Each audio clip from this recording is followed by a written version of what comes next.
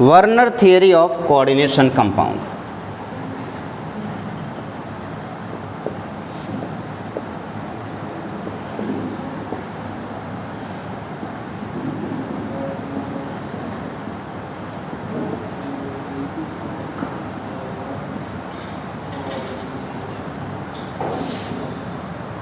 Werner theory of coordination compound.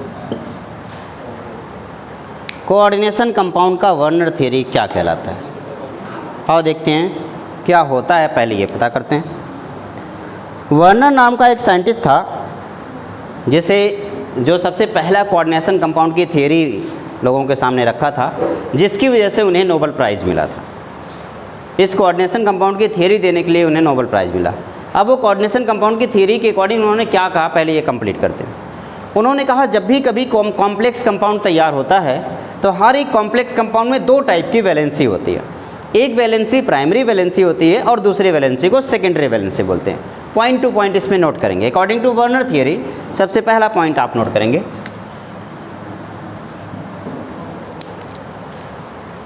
Any coordination compound have two types of valency. कोई भी coordination compound होगा वो कितने वैलेंसी रखेगा बेटा, दो तरीके का वैलेंसी रखेगा। Any coordination compound have two types of valency. पहला है primary valency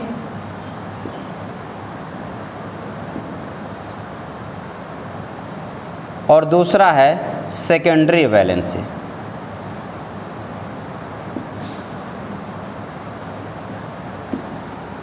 primary valency and secondary valency, दो टाइप की वैलेंसी कोई भी कोऑर्डिनेशन कंपाउंड रखता है। कौन कौन सी वैलेंसी, primary valency and secondary valency. अब हमें कैसे पता चलेगा कौन प्राइमरी वैलेंसी है और कौन सेकेंडरी वैलेंसी है। प्राइमरी वैलेंसी ज़रूरत पड़ने पे साथ छोड़ के भाग जाएगा, धोखेबाज है वो। जब उसकी ज़्यादा ज़रूरत होती है उस टाइम पे वो साथ नहीं आएगा, वो किसी और के साथ निकल लेगा। लेकिन जो सेकेंडरी वैलेंसी है ना, वो पूरी ज़िंदगी साथ निभाने वाला है। अब सवाल ये है कि क्या सेकेंडरी वैलेंसी ज़्यादा ज़रूरी है या प्राइमरी वैलेंसी? नहीं, दोनों। अगर प्राइमरी वैलेंसी नहीं होता तो सेकेंडरी वैलेंसी की कोई वजूद नहीं होता। गुलाब के फूल की कीमत इसलिए है क्योंकि उसमें कांटे हैं। अच्छा देखो, चाहत, एक बच्चे ने एक बार मुझसे पूछा था, सर चाहत और प्यार में अंतर होता है क्या? तो चाहत और प्यार में सच में अंतर होता है बेटा। कोई बताएगा क्या अंतर होता है?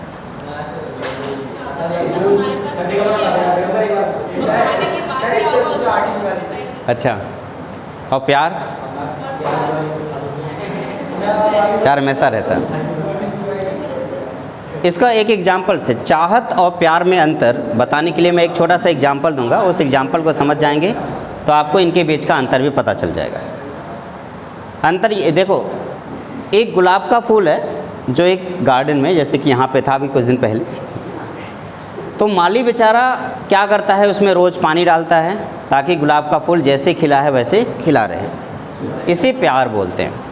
वो उससे प्यार करता है, वो जैसा खिला हुआ है उसको खुला रहने देना चाहता है। लेकिन रास्ते में चलते हुए किसी की नज़र गुलाब के फूल पर पड़ी और उसे पानी की चाहत हुई उसके अंदर, वो गया गुलाब का फूल तोड़ करके लेके चला आया। तो मेनली मेरे कहने का मतलब है कि चाहत में लोग अपनी खुशी देखते हैं और प्यार में लोग सामने वाले की खुशी देखते हैं। ये अंतर होता है चाहत और प्यार। अब तुम लोग देख लो, तुम्हें प्यार है या चाहत? 80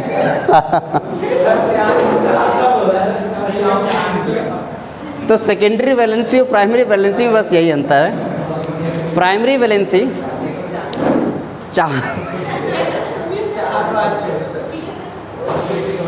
प्राइमरी वैलेंसी जो है बेटा, प्राइमरी वैलेंसी जब भी ज़रूरत पड़ेगा, जब उसे ऐसा लगेगा, कॉम्प्लेक्स कंपाउंड को ऐसा लगेगा कि यार इसकी आज ज़रूरत है, क्यों? क्योंकि पानी से लड़ाई करनी है, उस टाइम ये किसी और के साथ भाग लेगा। सेकेंडरी वैलेंसी हमेशा उसका साथ निभाएगा। इसीलिए नेक्स्ट पॉइंट लिखेंगे, primary valencies are, next point लिखें, primary valencies are ionizable. Primary valencies are ionizable and non directional in nature. Primary valencies are ionizable and non directional.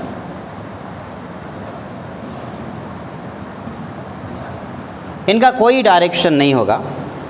Primary valencies are ionizable non directional in nature which represented by dotted line. Represented by dotted line. मैं ऐसे represent करूँगा, represented by dotted line. फिर से बोल रहा हूँ, primary valencies are ionizable. Primary valencies are ionizable, ionizable non directional in nature which represented by dotted line. Next point, primary valency also can represent oxidation number of the central metal atom.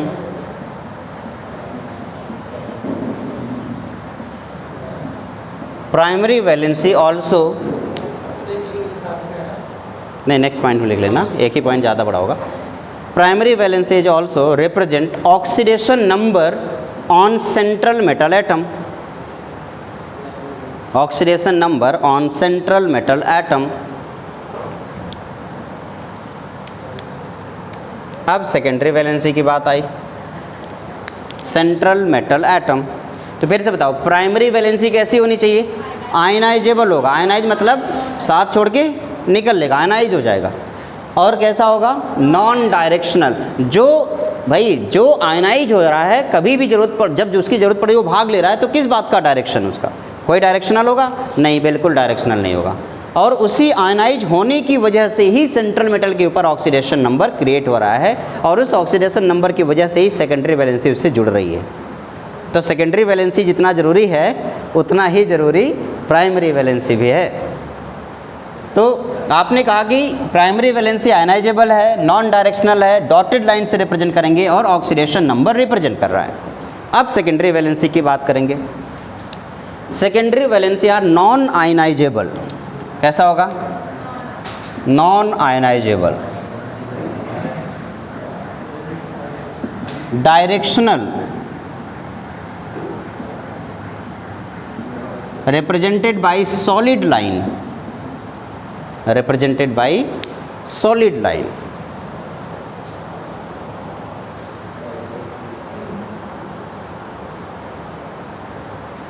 Next point, secondary valency can also represent coordination number. Coordination number and structure or geometry of compound. Structure or geometry of compound.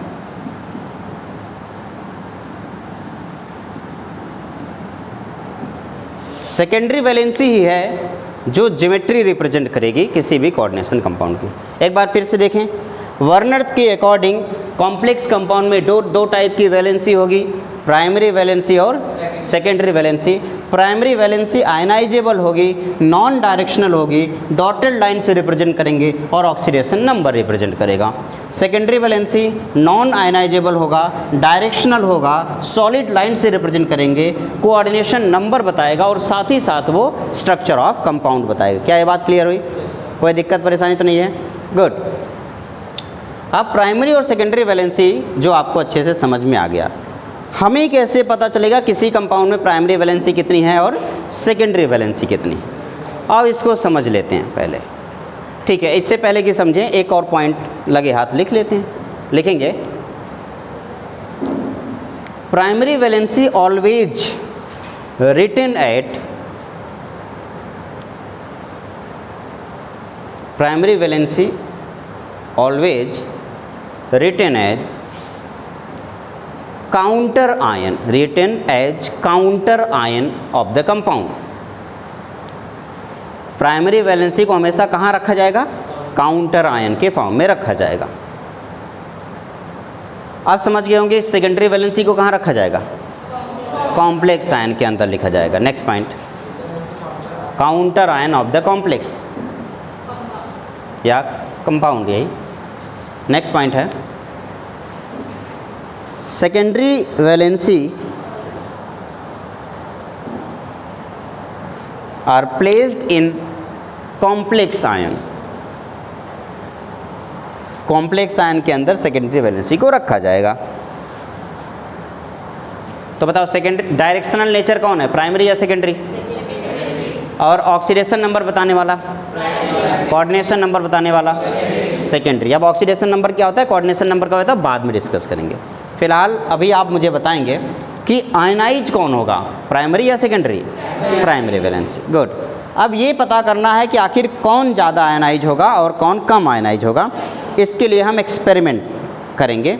जैसे हमारे पास एक compound है COCl3.6NH3, इसको ऐसे समझना बेटा, जैसे आपके पास COCl3.6NH3 ये आपका एक कंपाउंड है। इस कंपाउंड को पानी उसमें AgNO3 के साथ रिएक्ट करा दिया गया। किसके साथ? और जैसे AgNO3 के साथ हमने इसको रिएक्ट कराया, ये सेंट्रल एटम है, कोबाल्ट क्या है, सेंट्रल एटम, और क्लोरीन और अमोनिया क्या है, कॉर्नर एटम, जो उसके चारों तरफ उससे घिरे हुए हैं। अब सवाल ये है कि ये कोबाल्ट जो सेंट्रल एटम है और क्लोरीन और अमोनिया जो कि कॉर्नर एटम है, जब AgNO3 के साथ रिएक्शन करेगा तो हमने क्या रिजल्ट में क्या देखा, हमने देखा कि 3 मोल AgCl बन रहा है। ध्यान से सुनना, कितने मोल AgCl बना भैया? ये 3 मोल AgCl बनने का मतलब 3 मोल क्लोरीन गायब हो गया। 3 मोल क्लोरीन ऐसा होगा जो इसका साथ छोड़ के भाग जा रहा है किसी और के साथ। किसके साथ? Ag के साथ गया। तो बताओ प्राइमरी वैलेंसी कितनी है इसकी, 1, 2 या 3? 3। टोटल 6 अमोनिया है, 3 क्लोराइड है, टोटल वैलेंसी 8 है। उस 8 वैलेंसीज में से 3 वैलेंसी कौन सी वैलेंसी है, प्राइमरी वैलेंसी। क्यों? क्योंकि ये प्राइमरी वैलेंसी है जो AgCl के साथ गायब हो जा रहा है और बाकी अमोनिया नहीं जा रहा है, तो कौन सी वैलेंसी हो गई, सेकेंडरी वैलेंसी। अब आप मुझे बताएंगे, अगर मुझे इस कंपाउंड को लिखना हुआ तो प्राइमरी वैलेंसी को कहाँ लिखा जाएगा, काउंटर आयन के फॉर्म में, और सेकेंडरी वैलेंसी को कहाँ लिखा जाएगा, कॉम्प्लेक्स आयन। तो सेकेंडरी वैलेंसी यानी कि CONH3 का होल 6 इस कॉम्प्लेक्स के अंदर लिखा गया, और 3 क्लोरीन जो साथ छोड़ के चला जा रहा है उसको कॉम्प्लेक्स के बाहर लिख दिया गया, और इस तरीके से एक कॉम्प्लेक्स कंपाउंड तैयार हुआ। आप सोच रहे हो इससे क्या, हमें थोड़ा डिटेल में बता दो। तो देखो बेटा, जब इसको तोड़ेंगे तो क्या टूटेगा, CONH3 का होल 6 -3 प्लस 3Cl माइनस। क्या ये 3Cl है जो इसका साथ छोड़ के भाग जा रहा है, लेकिन क्या अमोनिया इसका साथ छोड़ के जा रहा है, नहीं जा रहा है, इसलिए कौन सी वैलेंसी हुई, सेकेंडरी वैलेंसी। और ये कौन सी वैलेंसी हुई, प्राइमरी वैलेंसी। इस टाइप के इलेक्ट्रोलाइट को, ये एक इलेक्ट्रोलाइट का काम करेगा, और इस टाइप के इलेक्ट्रोलाइट में 1 आयन कैटायन है और 3 आयन एनायन है। देखो कैटायन अकेला है, एनायन 3 है, तो इसे 1:3 इलेक्ट्रोलाइट बोलेंगे। 1:3 इलेक्ट्रोलाइट। जल्दी से मुझे बताओ टोटल आयंस कितने हुए, टोटल नंबर ऑफ आयंस आप कहेंगे 4 आयंस, 3 एनायन और 1 कैटायन, टोटल आयंस कितने बने, 4 आयंस। क्या कोई दिक्कत है? सिर्फ बहुत ही आसानी से हमने क्या किया, हमने बस एक रिएक्शन कराया COCl3.6 अमोनिया का AgNO3 के साथ, और मैंने देखा कि 3 मोल AgCl बन रहा है। इसका मतलब 3 के 3 क्लोरीन गायब हो जा रहे। सोचो अगर यही क्वेश्चन मैं फिर से पूछूं आपसे, दूसरा क्वेश्चन, COCl3.5NH3 और मैंने इसका रिएक्शन AgNO3 के साथ करा दिया, और मैंने देखा 2 मोल AgCl बन रहा है। ध्यान से बताओ बेटा, इसमें प्राइमरी वैलेंसी कितनी हुई और सेकेंडरी वैलेंसी कितनी हुई, प्राइमरी 2 और सेकेंडरी, क्यों 2 प्राइमरी, क्योंकि सिर्फ 2 क्लोरीन बाहर जा रहा है। कोई ज़रूरी नहीं जितने क्लोरीन है सबके सब धोखेबाज हों, ऐसा नहीं है। यहाँ पे सिर्फ 2 क्लोरीन है धोखेबाज है, 1 क्लोरीन अभी भी धोखा नहीं दे रहा है। तो जो धोखा नहीं देगा वो साथ रहेगा, जो धोखेबाज होगा बाहर भाग जाएगा, किसी और के साथ निकल लेगा।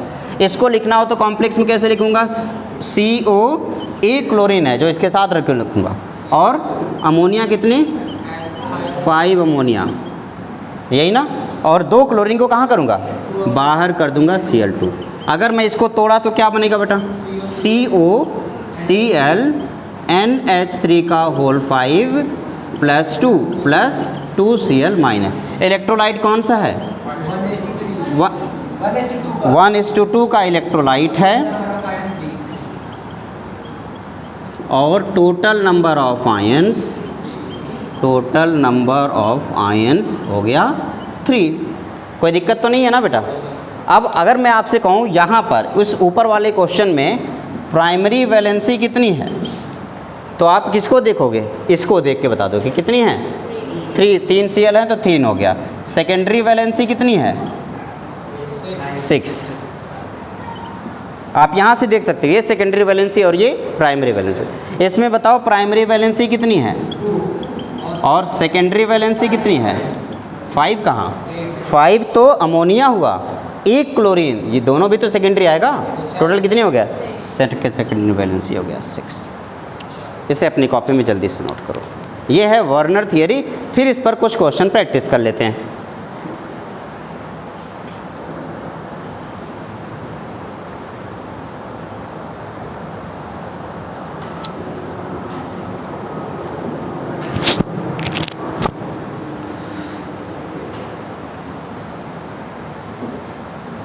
चलिए कुछ क्वेश्चंस मैं आपसे पूछ लेता हूँ, आप इसका आंसर दे देना।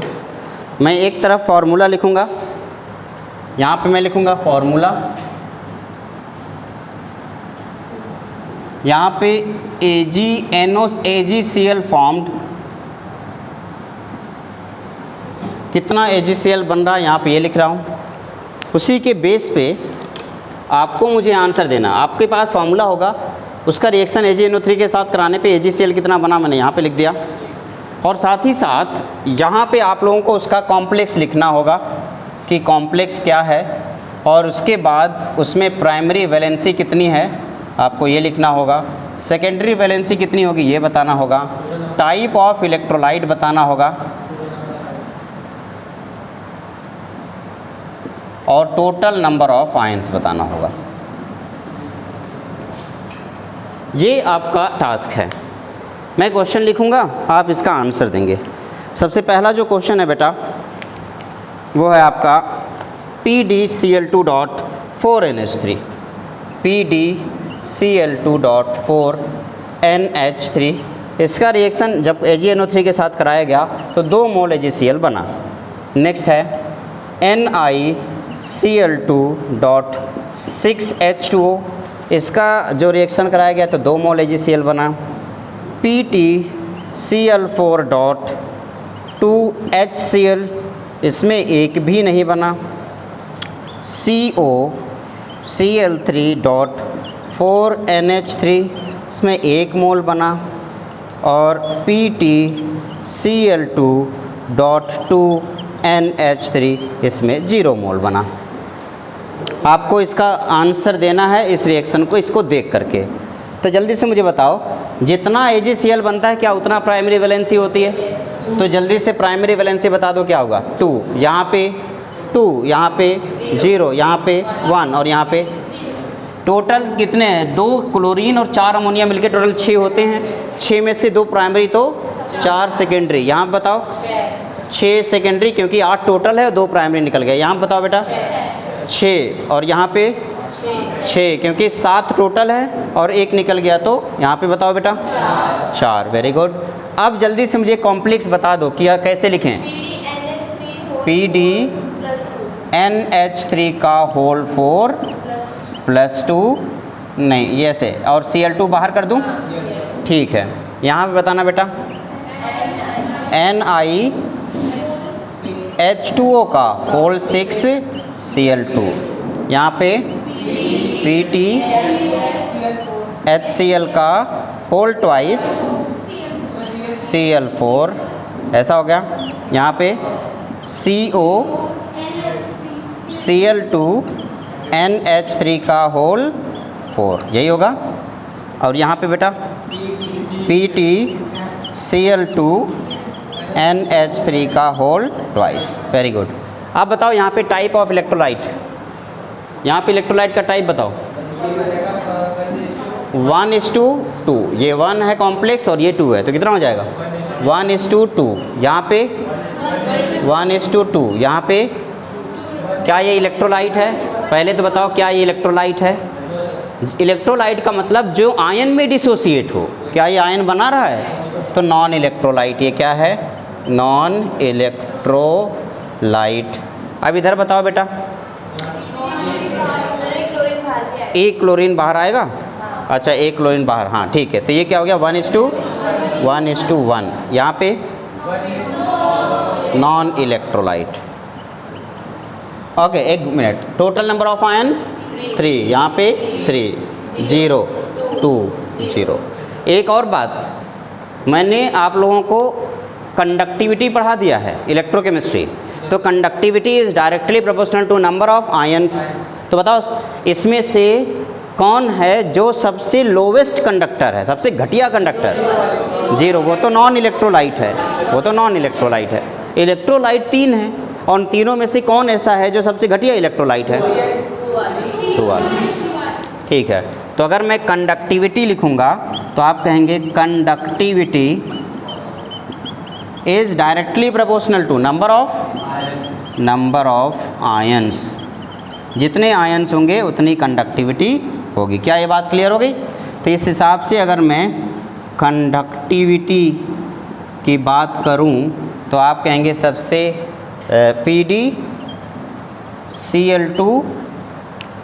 PdCl2 डॉट 4NH3 की कंडक्टिविटी लगभग किसके इक्वल होगी? NiCl2 डॉट 6H2 होगी। और उसके बाद अगला नंबर किसका आएगा? इसका COCl3 डॉट 4NH3। डन है बेटा। और उसके बाद आखिरी में दोनों नॉन कंडक्टर कौन कौन सा? PtCl4 डॉट 2HCl और हाँ PtCl2 डॉट 2NH3। ये कंडक्टिविटी हो गई। ये रहा आपका वर्नर थियरी। एक बात बताओ बेटा, फिर से एक बार रिमाइंड करा दूं, पहले इसको नोट कर लेंगे फिर।